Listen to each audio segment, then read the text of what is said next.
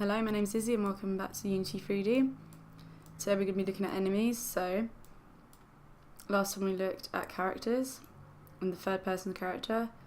If we go in characters, third person, and in the prefabs there's an AI third person character which is pretty similar. Well, the model is exactly similar to the Ethan one. However, this one is an enemy one and it's not in control, so it's an AI. So for this, I'm just going to actually quickly turn these guys around. So we've got a look camera and our player. Just going to rotate them around so they're not facing off.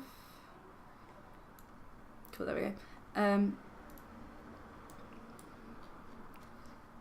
So we're not in control of him. So a way we can use this, as we can see we've got plane, but he will fall off if he walks over there. And we need him not to do that. So go on our plane, also our platforms. Go on static, and then tick navigation static. We then go on navigation, bake, and this should give us a nav mesh. Put bake. Just check quickly actually.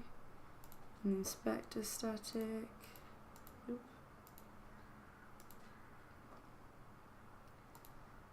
No. Actually, I'm just going to do it for the plane for now. Make it a lot easier.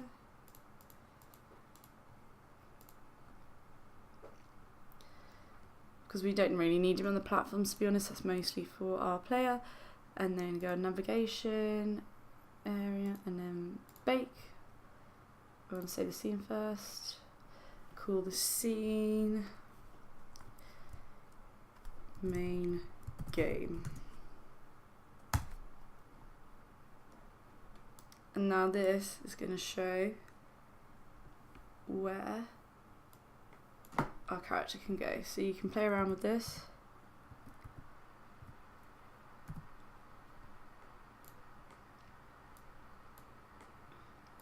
The height mesh and nav mesh. So this is a nav mesh and this is going to be where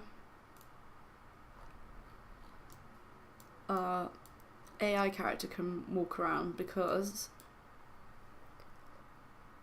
he's got in his inspector nav mesh agent, so this is going to show where he knows to go. So as we're not in control of him, the player doesn't matter because we're in control of the player. Next thing I want to do is make him an enemy, so let's rename him enemy. And then we want to give him a target, so we want that to be our player. So you can just drag that into there. He'll be very fast, so suggest just doing that for now. His speed, you can change a lot of stuff there. And if we press play,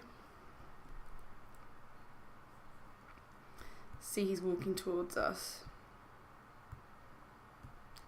So we just stand here. He's just going to walk into us and push us away. But that's how he follows us.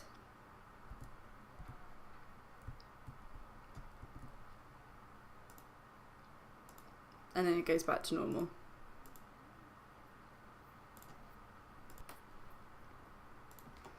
Next thing we want to do is actually kill our enemy. So to do this, we've got to click on our AI character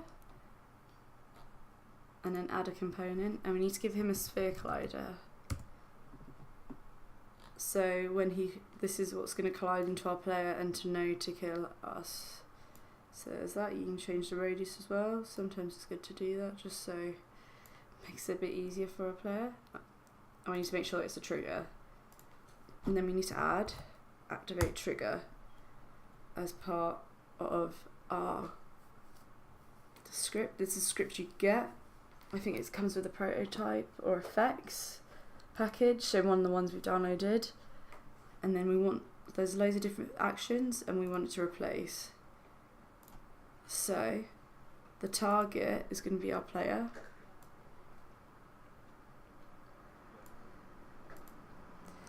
and then the source is what's going to happen to our player. So if a good one to use is, I use explosion, which comes with the particle systems. So hopefully this should work. So there we go, he kills us and we're exploded and we're dead.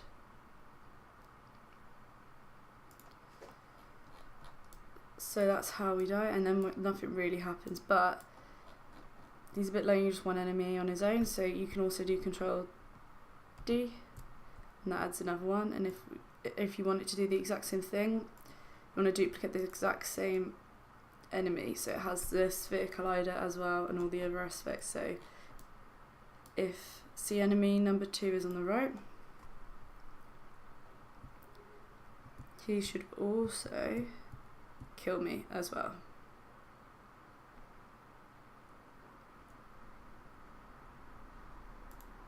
It's really cool to do stuff like this, and I'm just gonna play around with the environment quickly, standard assets, and then go on prototyping, prefabs,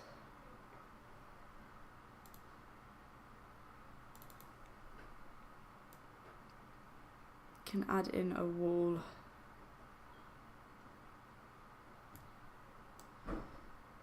And then if we can scale it,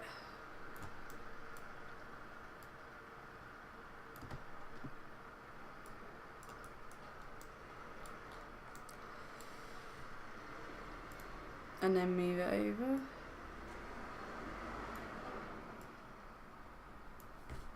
And Control D,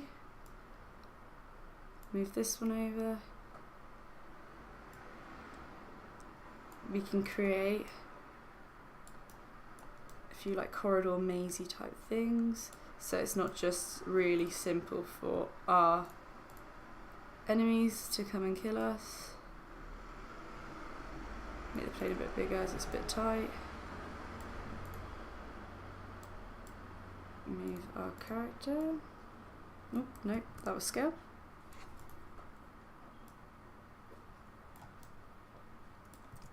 Nope, that was a really lazy way of me doing it, so just move over this way, and then that way. And then we can play around with scalings again. Oh, not that way.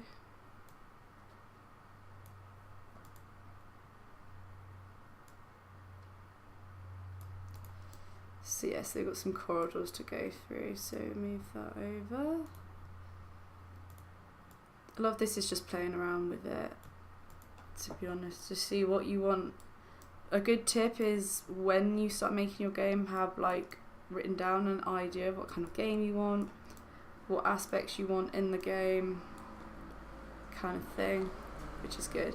Another thing I'm quickly going to do is, if we're going back to my materials, as the floor and everything's navy, make our player pink and also our enemies pink.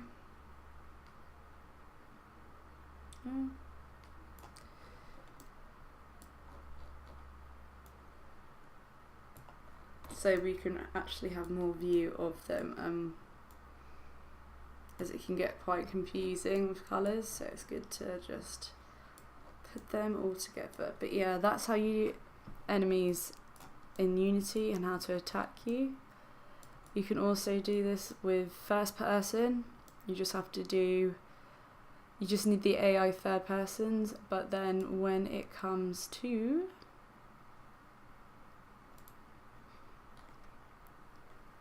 down here, also up here, you want the target to be a player. Well, if you rename your first person to player and that to player, it will still do the same thing.